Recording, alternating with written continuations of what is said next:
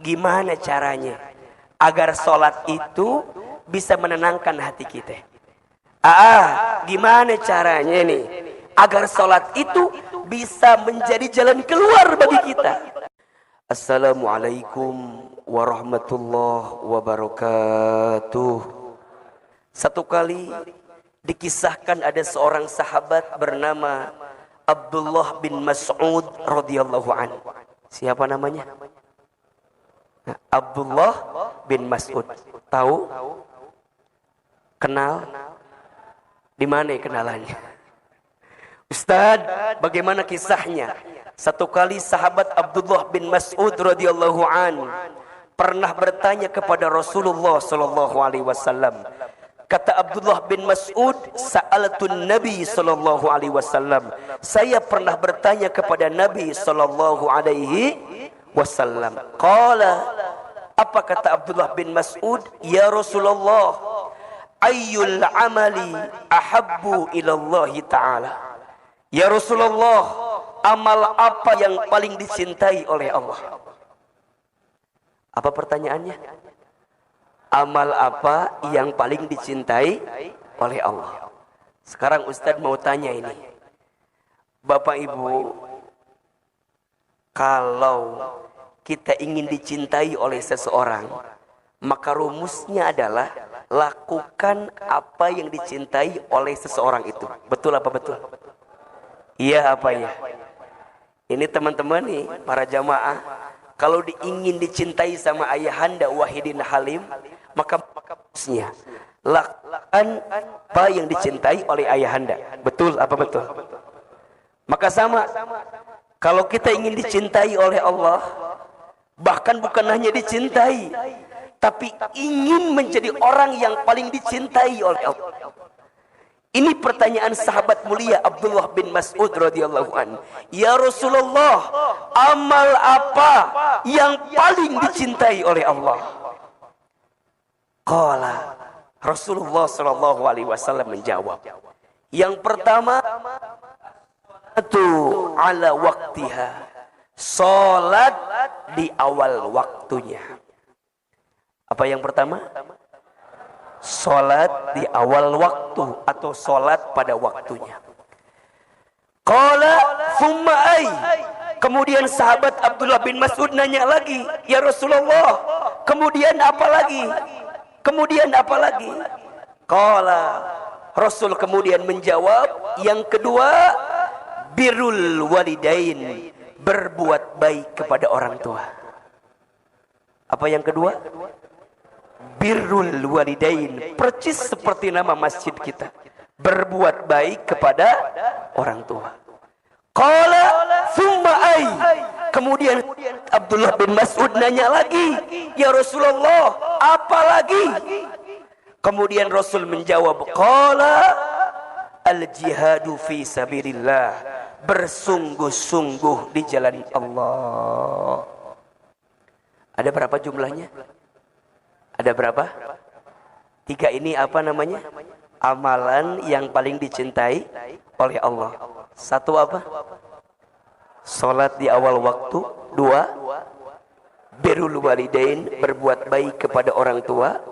3, jihad fi sabilillah, bersungguh-sungguh di jalan Allah. Perhatikan, dari 3 amalan di atas, ada 1 amalan yang percis seperti nama masjid kita. Apa amalannya? Birrul walidain, berbuat baik kepada orang tua. Ahilman yakin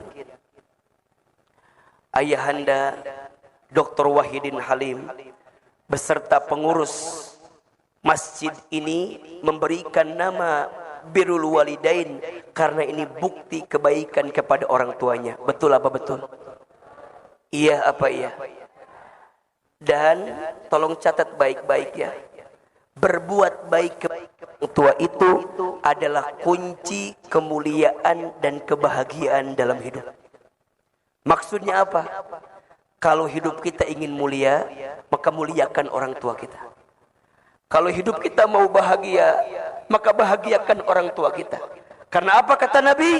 Ridullah fi ridul walidain, wasukhtullah fi sukhtil walidain. Ridhonya Allah ada pada ridhonya orang tua. Murka bencinya Allah ada pada murka benci orang tua. Saya kalau banyak ditanya sama orang, Ahilman sekarang bisa ceramah di TV, alhamdulillah.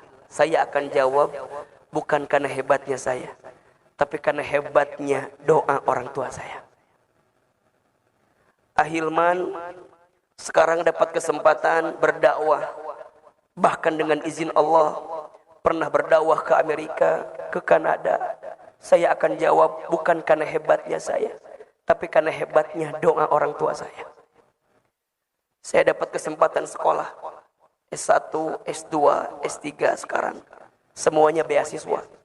Saya akan jawab bukan karena hebatnya saya, tapi karena hebatnya doa orang tua saya.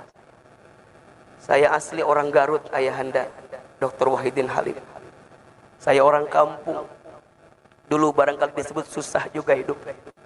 Tapi dengan izin Allah, Allah berikan banyak kebaikan.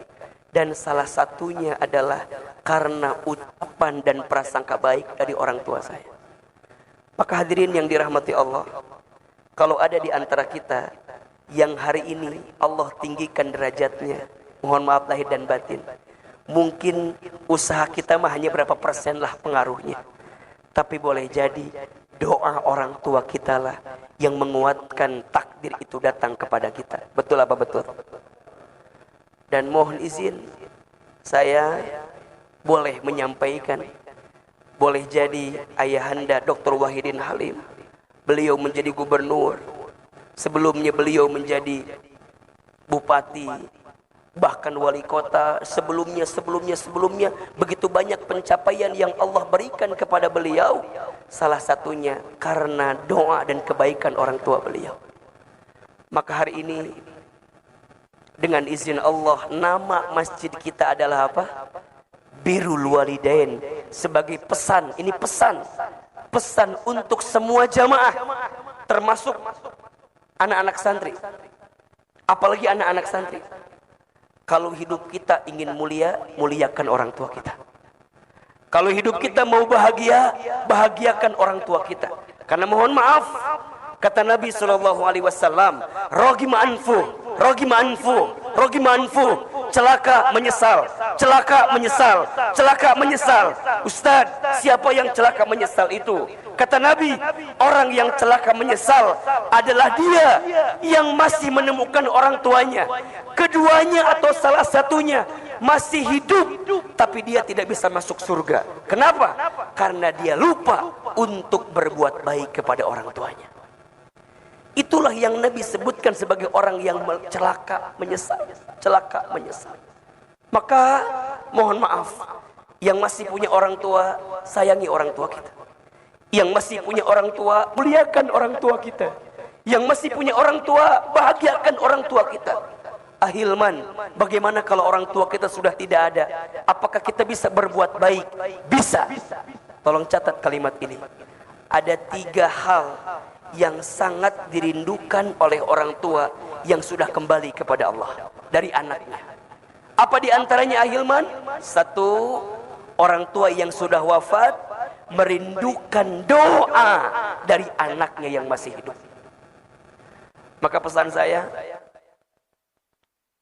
termasuk bagi saya pribadi, saya ditinggal orang tua saya sejak kecil. Ayah saya, ibu saya. Kalau kita sayang sama orang tua yang sudah meninggal, doakan orang tua kita. Apa di antaranya Ahilman? Bacakan istighfar untuk orang tua kita yang sudah meninggal. Satu kali dikisahkan, ada seseorang yang sudah di alam kubur, kemudian hisabnya diringankan, bahkan dihilangkan. Orang itu kemudian bertanya, wahai malaikat Munkar Nakir, kenapa siksa kuburku hilang? Kenapa siksa kuburku berkurang? Apa jawaban malaikat? Ya, aku kurangi siksamu, aku hilangkan siksamu. Kenapa? Karena aku menyaksikan ada di antara anakmu yang membacakan istighfar untukmu. Maka ada satu doa yang langsung diabadikan dalam Al-Quran, doa untuk orang tua kita. Hafal apa enggak doanya? Rabbighfirli wali walidayya warhamhuma kama rabbayani shaghira. Apa artinya? Rabbighfirli, ya Allah ya Tuhanku, ampuni dosaku. Wali walidayya, dan dosa kedua orang tuaku. Warhamhuma, dan sayangilah kedua orang tua kami ya Allah, keduanya. Kama rabbayani shaghira, sebagaimana mereka menyayangi kami sejak kami kecil. Maka ini pesan. Yang pertama, doakan orang tua kita. Karena orang tua yang ada di alam kubur menanti doa dari anaknya. Wabil khusus istighfar dari anaknya. Mohon maaf, mungkin orang tua kita ilmunya kurang.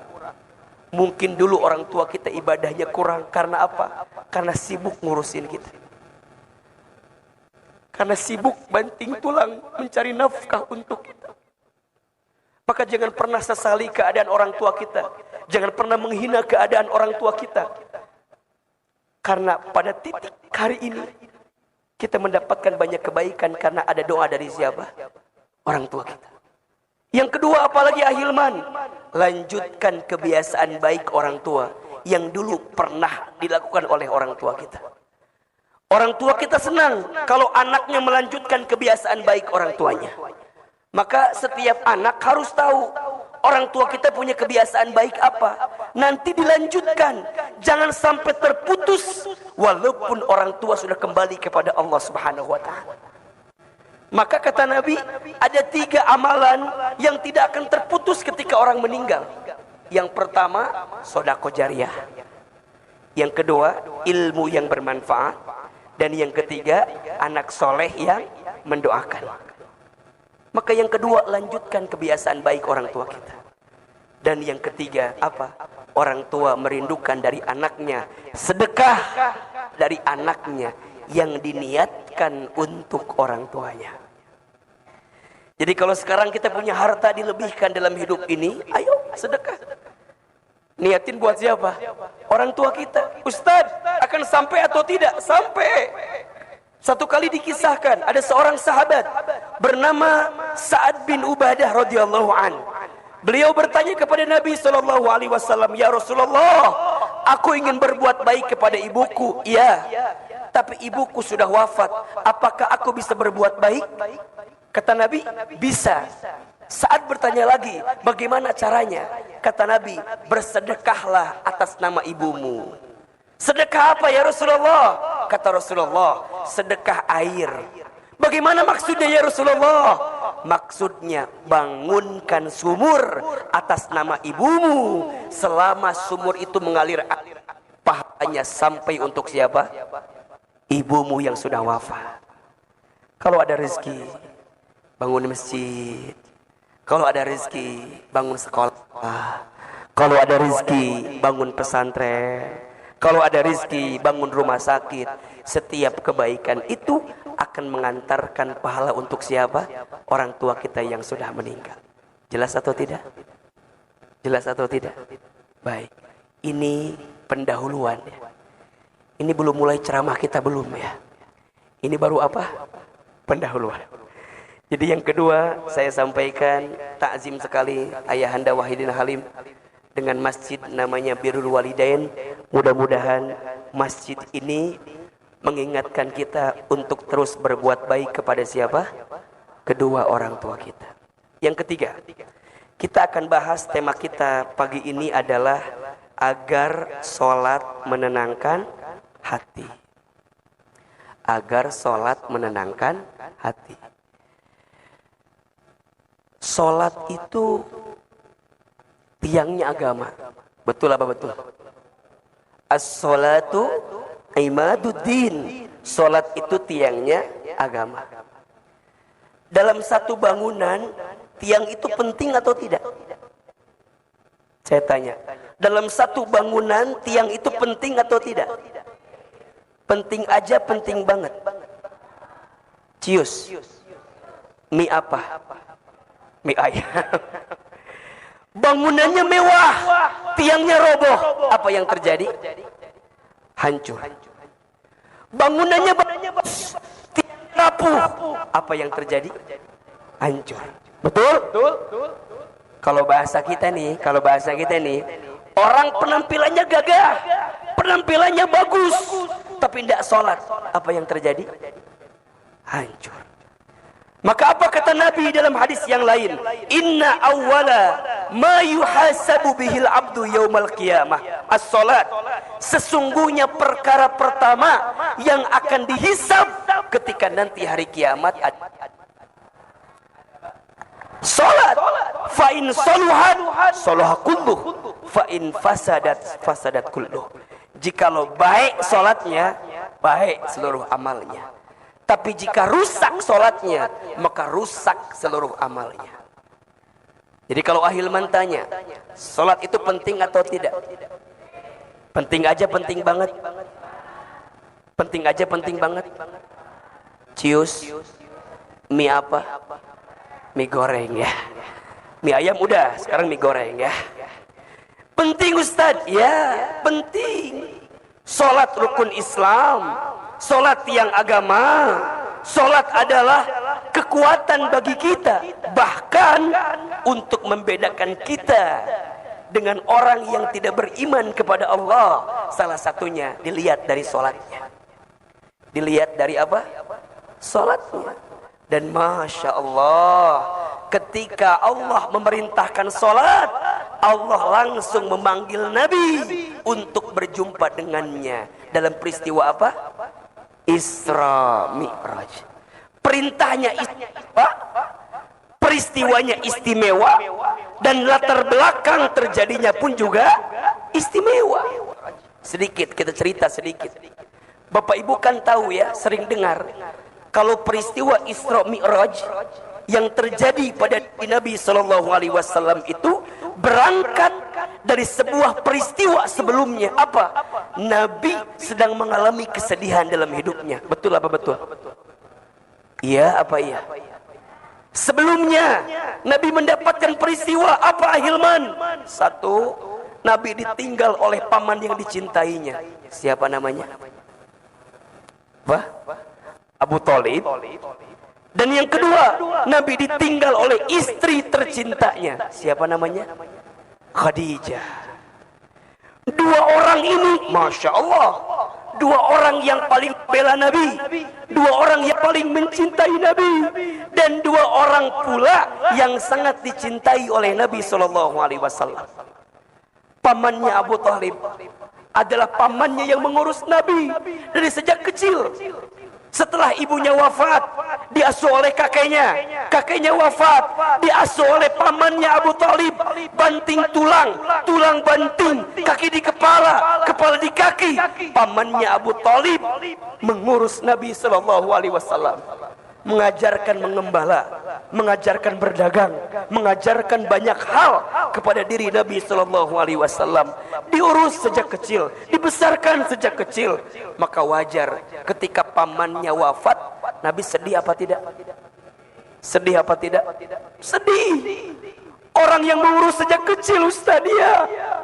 Dan bahkan dikisahkan pamannya Abu Thalib ini di antara paman Nabi yang kondisi ekonominya itu tidak kaya banget gitu. Bisa dibilang sederhana saja.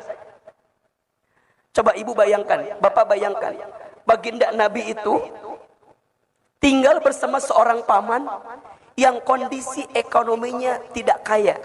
Apa yang terjadi? Nabi tumbuh dalam kesederhanaan.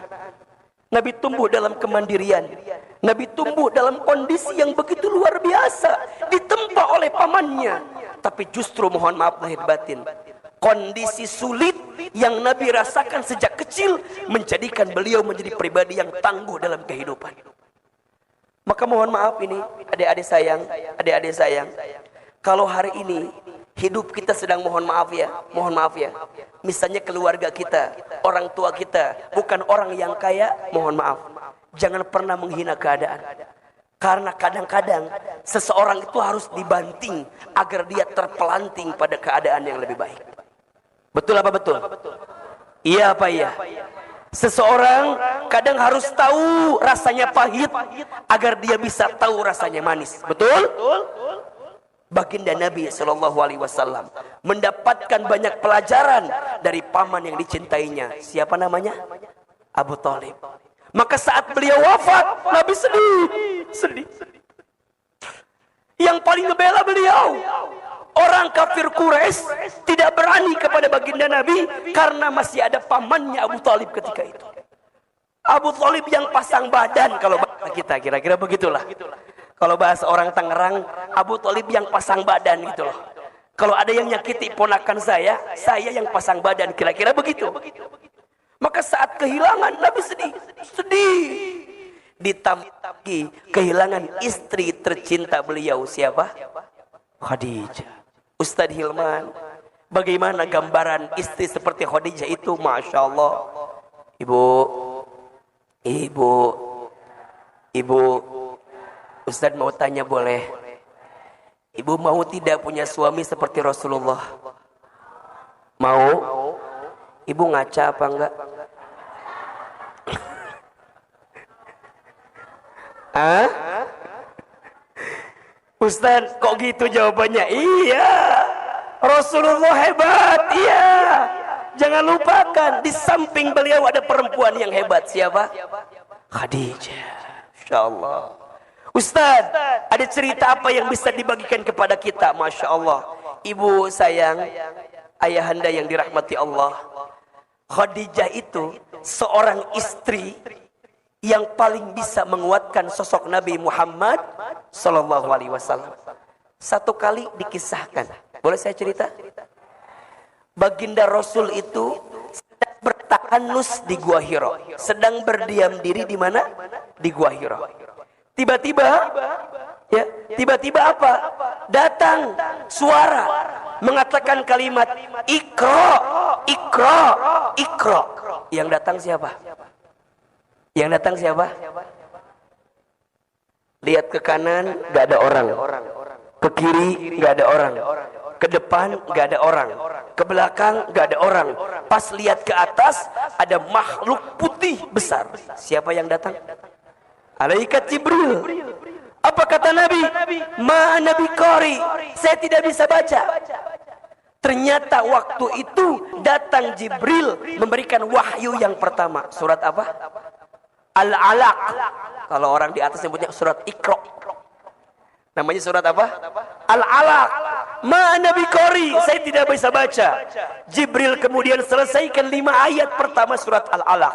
Iqra bismi rabbikal ladzi khalaq. Khalaqal insana min 'alaq. Iqra wa rabbukal akram alladzi 'allama bil qalam 'allamal insana ma lam.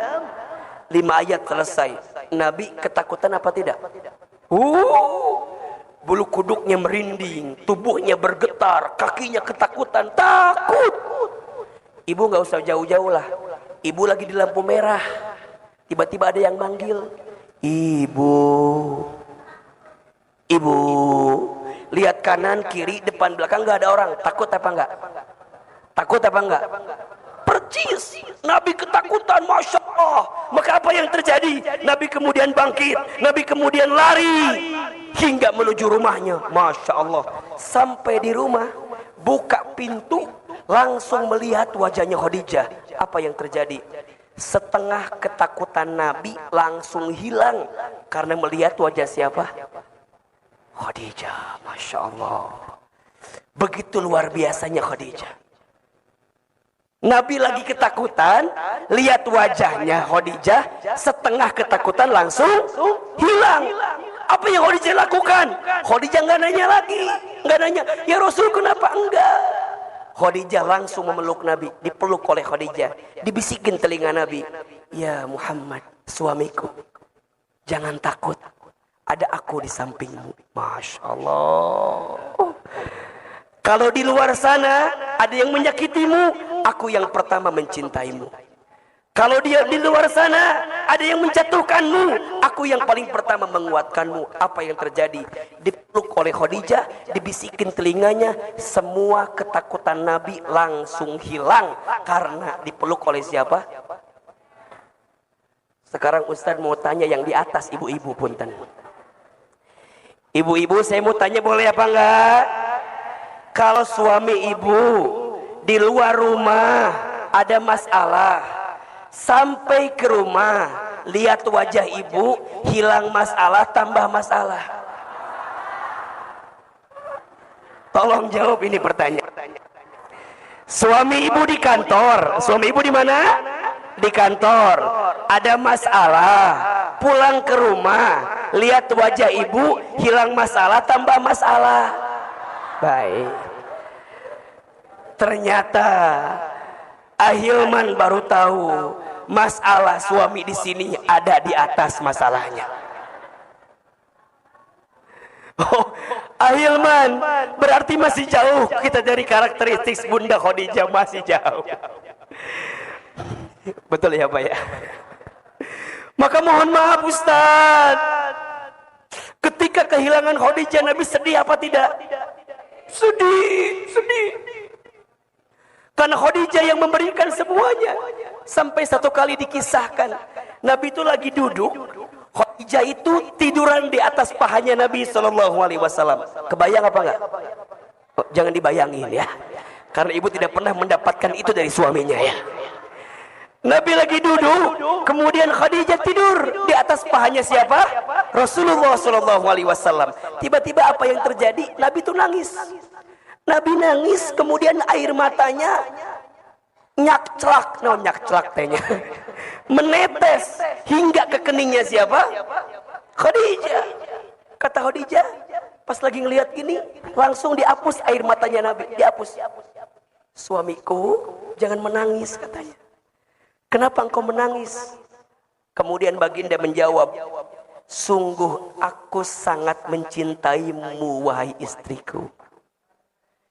Ibu pernah nggak digituin sama suaminya? Saya tahu nggak pernah ya, nggak apa-apa.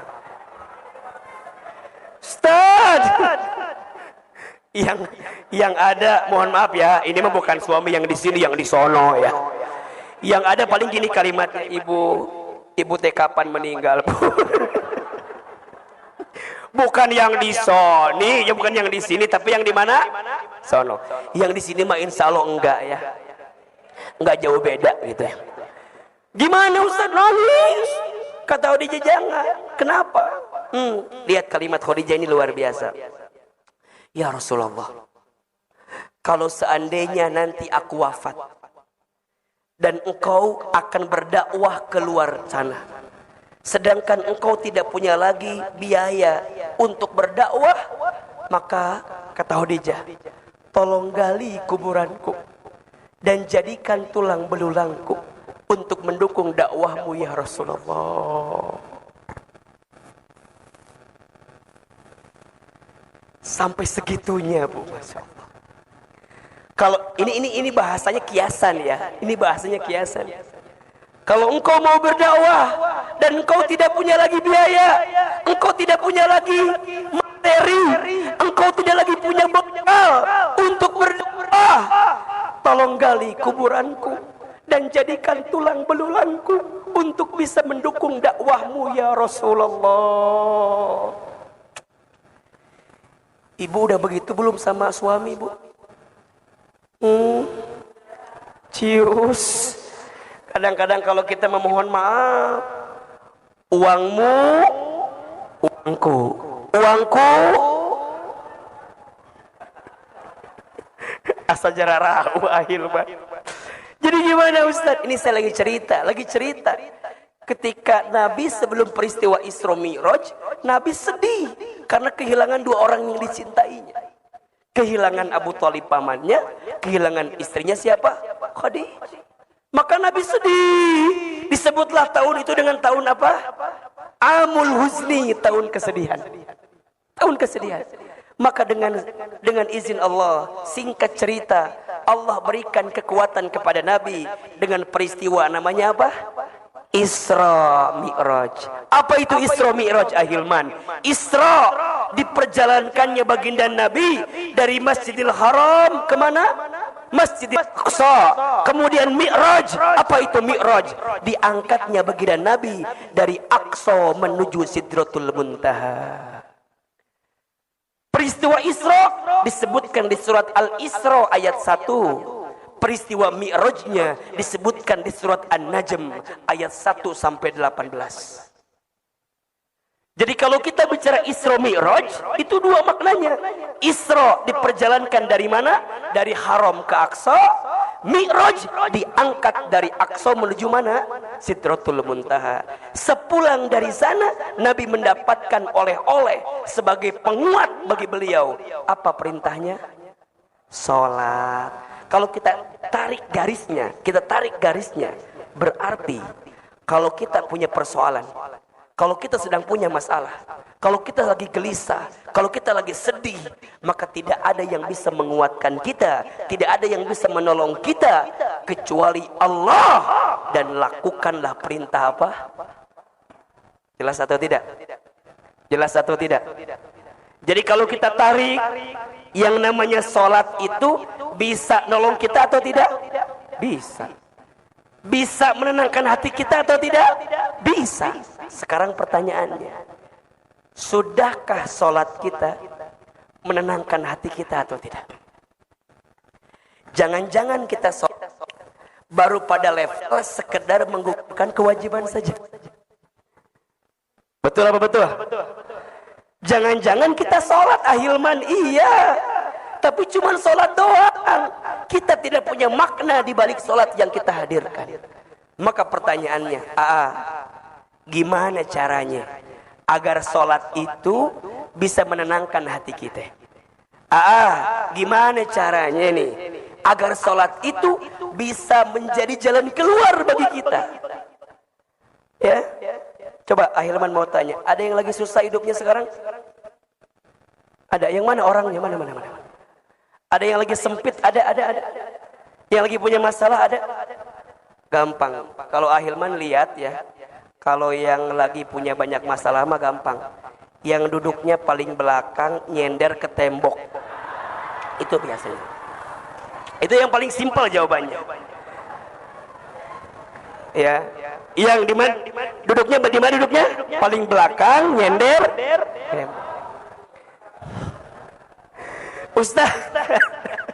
Ustaz, kenapa yang nyender ke tembok ada masalah? Iya, karena di rumahnya tidak punya sandaran. Jadi pas ke masjid yang dicari apa? Tembok sebagai sandaran. Ahilman, ya. Tuh kan jadi kesindir. Ayahanda Wahidin langsung berubah duduknya kan. Beliau dari yang gini jadi begini. Ahilman, gimana caranya agar sholat menenangkan hati kita? Tolong catat ya. Ada 5 I. Ada berapa? Ada 5 I yang harus kita hadirkan dalam sholat agar sholat menenangkan hati kita. I yang pertama, sholat harus ikhlas. Apa yang pertama? Ikhlas. Ustadz, apa itu ikhlas? Ikhlas itu artinya menyandarkan setiap aktivitas kita hanya untuk siapa? Lillahi ta'ala. Inna sholati wa nusuki wa mahyaya wa mamati lillahi rabbil alamin. Sesungguhnya sholatku, ibadahku, hidupku, matiku hanya untuk Allah. Ibu, bapak, jangan jadikan sholat semata-mata hanya untuk karena kita punya keinginan. Jangan. Karena sholat itu apa? Perintah dari siapa? Allah. Berarti apa?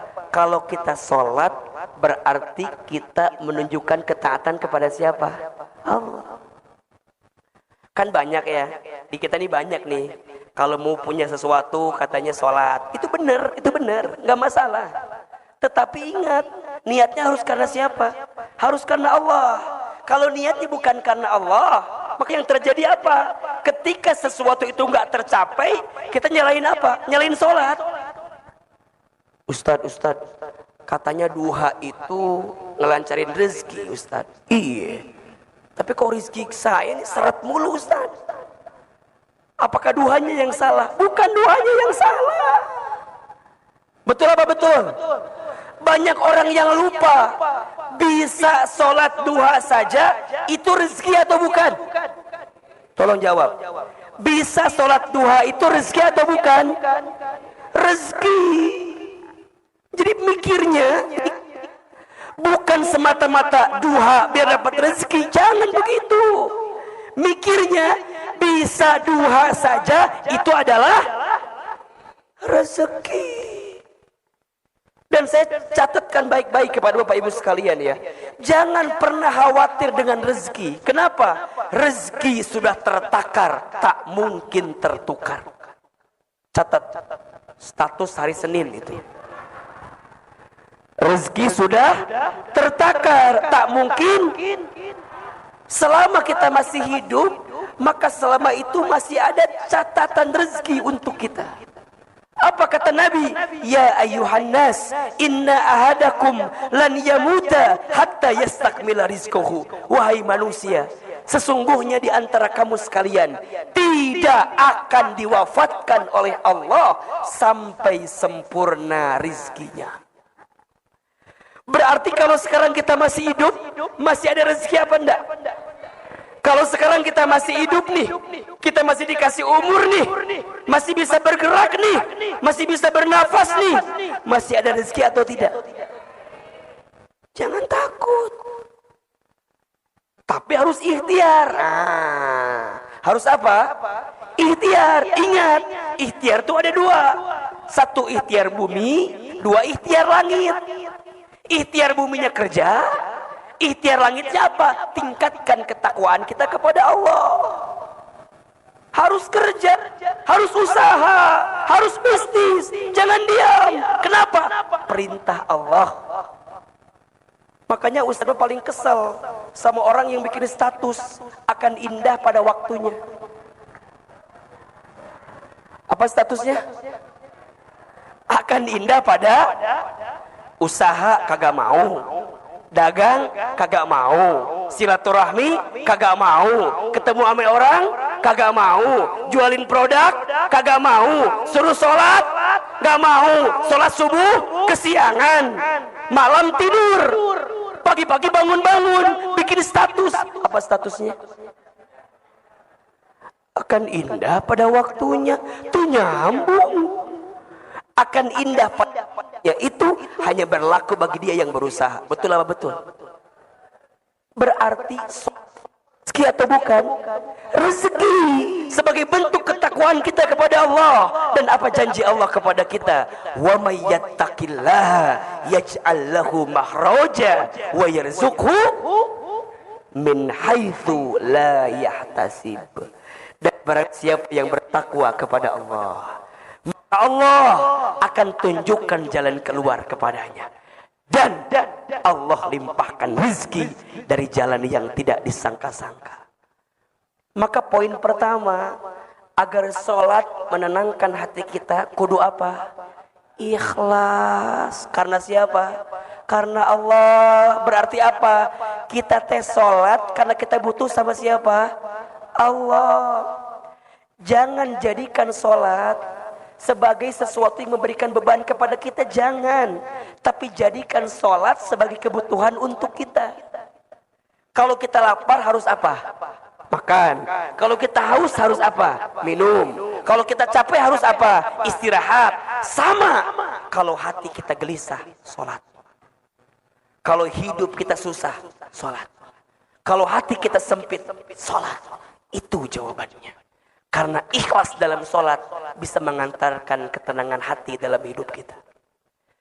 Yang kedua, apa ahilman? Ittiba. Apa? Sholat kudu ittiba. Apa itu ittiba? Mengikuti sholatnya Nabi Muhammad sallallahu alaihi wasallam. Sholatlah kamu kama ra'aitumuni usolli. Sholatlah kamu sebagaimana engkau melihat aku sholat. Nabi itu menenangkan hatinya, mengistirahatkan hatinya dengan apa? Dengan sholat. Arahni bis sholat. Satu kali Nabi pernah bilang sama Bilal, wahai Bilal, Istirahatkan hatiku dengan sholat. Apa perintahnya? Bilal, kumandangkan azan. Masya Allah. Bilal, lantunkan azan. Kenapa? Karena saat aku mendengarkan suara azan, aku bisa mendapatkan ketenangan di dalamnya. Maka bagi orang beriman, tidak ada panggilan yang paling dirindukan kecuali panggilan azan, panggilan sholat. Allahu Akbar, Allahu Akbar. Rindu dengan panggilan itu. Betul apa betul? Iya apa iya? Jangan dilanjutkan kembali ya. Masalah adzan cukup ya.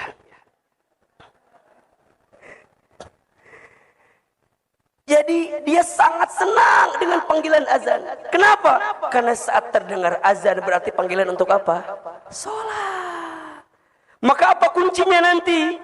As-sholatu fi awali waktiha. Sholat di awal waktu. Itu kebiasaan Nabi SAW. Kenapa? Karena sholat itu ibaratnya pertemuan penting antara seorang hamba dengan siapa? Allah. Ibu, bapak, saya gambarkan begini. Ibu janjian dulu. Waktu zaman jahiliyah dulu. Ibu janjian sama mantan pacar ibu. Yang sekarang jadi apa? Jadi suami. Janjian jam 12. Kira-kira persiapannya jam berapa? Hah? Satu hari sebelumnya. Betul apa enggak? Alis dilempeng-lempengin. Pipi tirus-tirusin. Bibir dimerah-merahin. Betul apa betul? Kuku dipotong-potongin. Manicure, pedicure. Mau ketemu sama mantan pacar kita. Betul apa enggak? Bajunya dipilih yang bagus apa yang enggak? Bagus, bahkan ganti berkali-kali. Betul apa enggak? Ini cocok enggak ya? Ini cocok enggak ya? Betul enggak? Kok enggak nyambung ya? Ininya hijau, merah, baunya kuning. Pelangi kali ah. Gantian terus. Mau ketemu sama siapa itu? Ketemu sama manusia biasa. Betul apa enggak? Ibu jam 12 temuan janjiannya. Saya yakin dari jam 10 udah siap berangkat dari rumah. Betul? Jam 11 udah deg-degan. Setengah 12 makin deg-degan. Kenapa? Makin mau ketemu sama mantan pacar kita. Pas ketemu jam 12.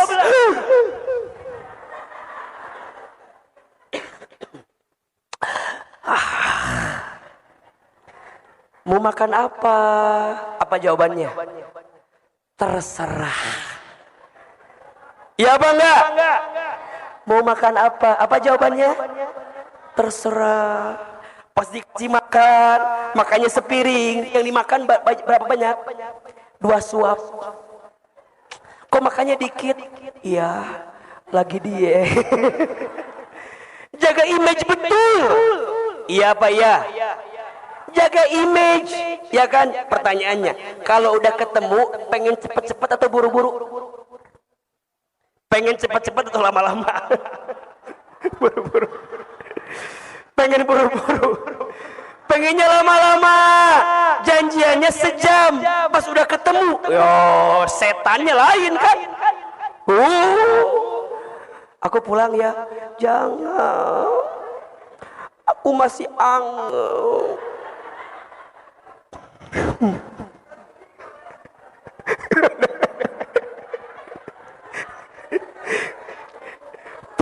Pisah, udah pisah.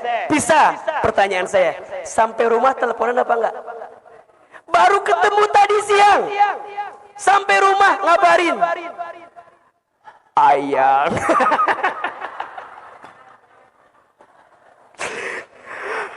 AA udah sampai, Neng udah sampai, nanya lagi, jangan lupa makan ya.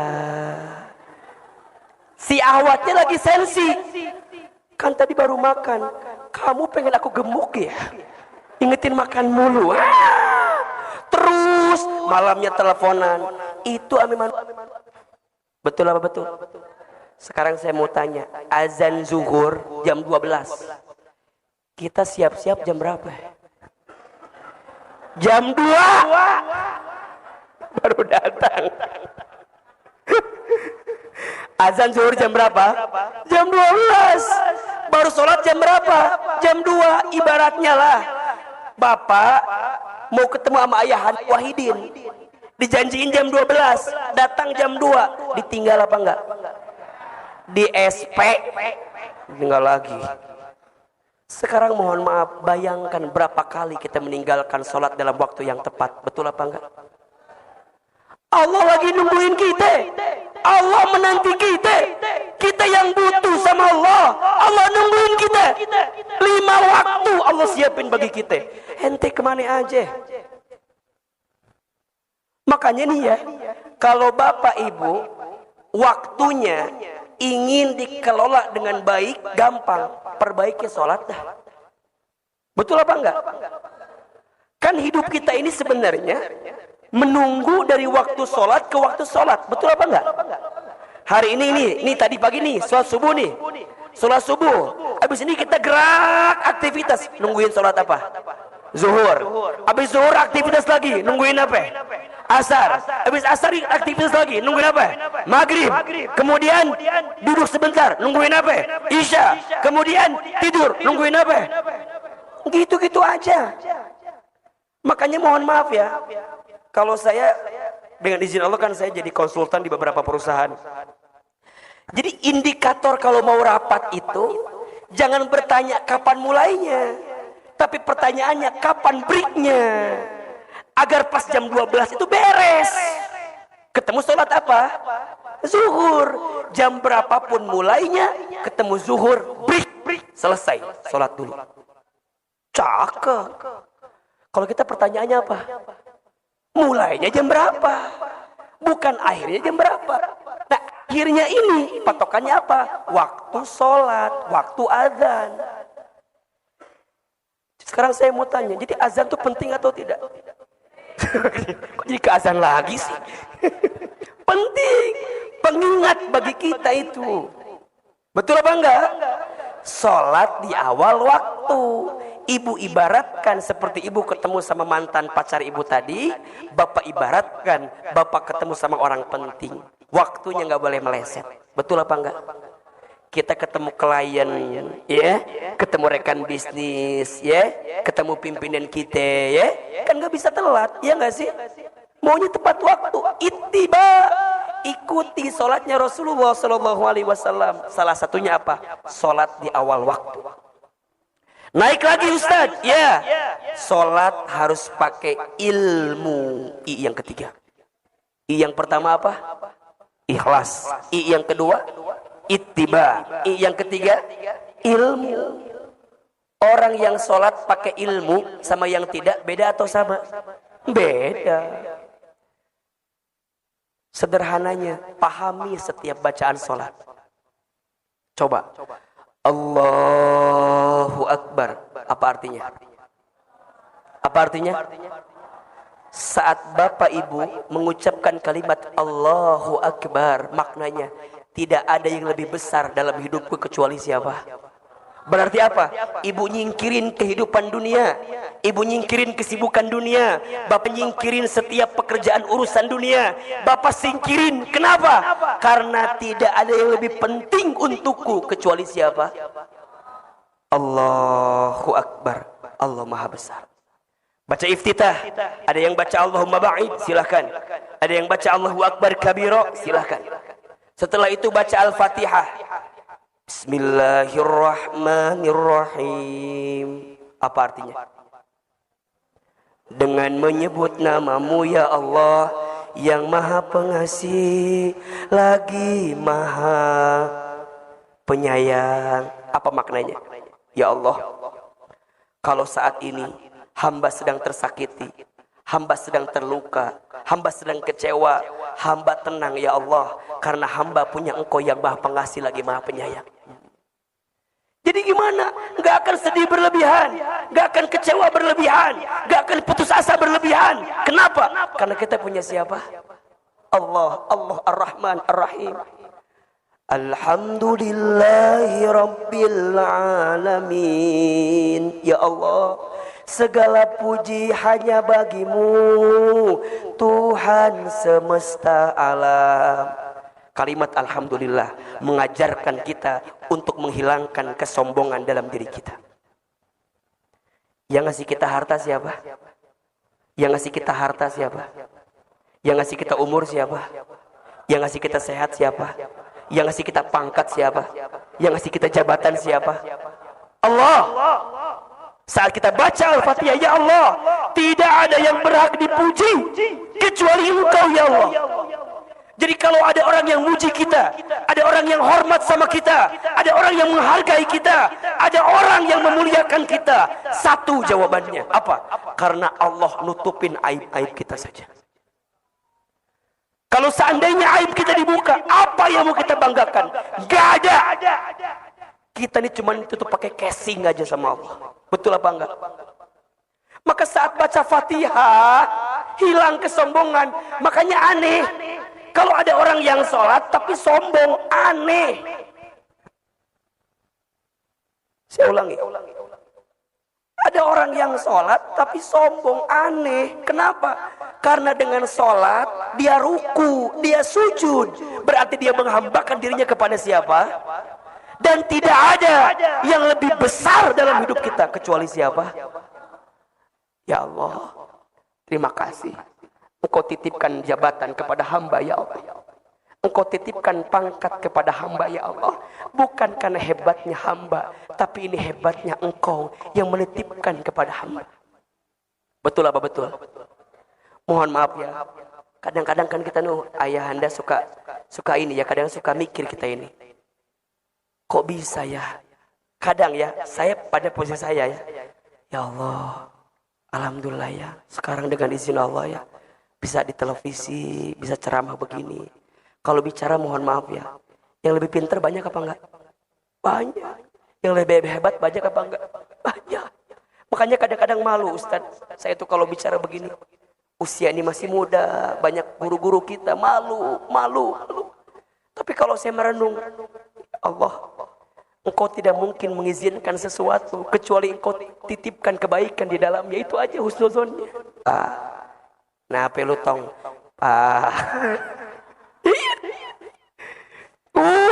Kata-katanya disusun rapi. Itu mau minta sama ayahanda. Nah ini sama Allah disiapin bacaan Fatihah. Iyyaka na'budu wa ya Allah, hanya kepadamu lah kami menyembah dan hanya kepadamu lah kami minta pertolongan. Kan kalau bahasa kita gini, Ayahanda Wahidin, karena aneh ini udah kerja berapa tahun sama bapak nih. Ya kan kita bahasa gitu loh. Bapak udah ngasih aneh rumah, udah ngasih aneh kendaraan. Satu lagi Pak, apa? Aneh mau nikah lagi Pak. Mintanya kan kadang-kadang banyak. Kenapa minta sama orang itu? Karena kita percaya orang itu bisa ngasih permintaan kita. Betul apa enggak? Sama cara kita minta kepada Allah. Jadi pertanyaannya, sholat yang pakai ilmu sama yang tidak beda atau sama? Beda. Rasanya beda. Beda rasanya. Maka nanti ada yang keempat. Satu tadi apa? Ikhlas. Dua, ittiba. Tiga, ilmu. Ada yang keempat. Salat harus ihsan. Harus apa? Ihsan. Ahilman, apa itu ihsan? Ihsan itu artinya anta budallaha ka'annaka tarahu fa illam takun tarahu fa innahu yaraka. Engkau beribadah seakan-akan engkau melihat Allah, dan jika engkau tidak melihat Allah, Allah melihat kamu. Jadi gimana Ustaz? Ini saya lagi cerita. Ketika Nabi sebelum peristiwa Isra Mi'raj, Nabi sedih karena kehilangan dua orang yang dicintainya. Kehilangan Abu Thalib pamannya, kehilangan istrinya siapa? Khadijah. Maka Nabi sedih. Disebutlah tahun itu dengan tahun apa? Amul Huzni, tahun kesedihan. Tahun kesedihan. Maka dengan izin Allah, singkat cerita, Allah berikan kekuatan kepada Nabi dengan peristiwa namanya apa? Isra Mi'raj. Apa itu Isra Mi'raj, Ahilman? Isra diperjalankannya baginda Nabi dari Masjidil Haram kemana? Masjidil Aqsa. Kemudian Mi'raj. Apa itu Mi'raj? Diangkatnya baginda Nabi dari Aqsa menuju Sidratul Muntaha. Peristiwa Isra disebutkan di surat Al-Isra ayat 1. Peristiwa Mi'rajnya disebutkan di surat An-Najm ayat 1 sampai 18. Jadi kalau kita bicara Isra Mi'raj, itu dua maknanya. Isra diperjalankan dari mana? Dari Haram ke Aqsa. Mi'raj diangkat dari Aqsa menuju mana? Sidratul Muntaha. Sepulang dari sana, Nabi mendapatkan oleh-oleh sebagai penguat bagi beliau. Apa perintahnya? Salat. Kalau kita tarik garisnya, berarti kalau kita punya persoalan, kalau kita sedang punya masalah, kalau kita lagi gelisah, kalau kita lagi sedih, maka tidak ada yang bisa menguatkan kita, tidak ada yang bisa menolong kita kecuali Allah. Dan lakukanlah perintah apa? Jelas atau tidak? Jelas atau tidak? Jadi kalau kita tarik, yang namanya sholat itu bisa nolong kita atau tidak? Bisa. Bisa menenangkan hati kita atau tidak? Bisa.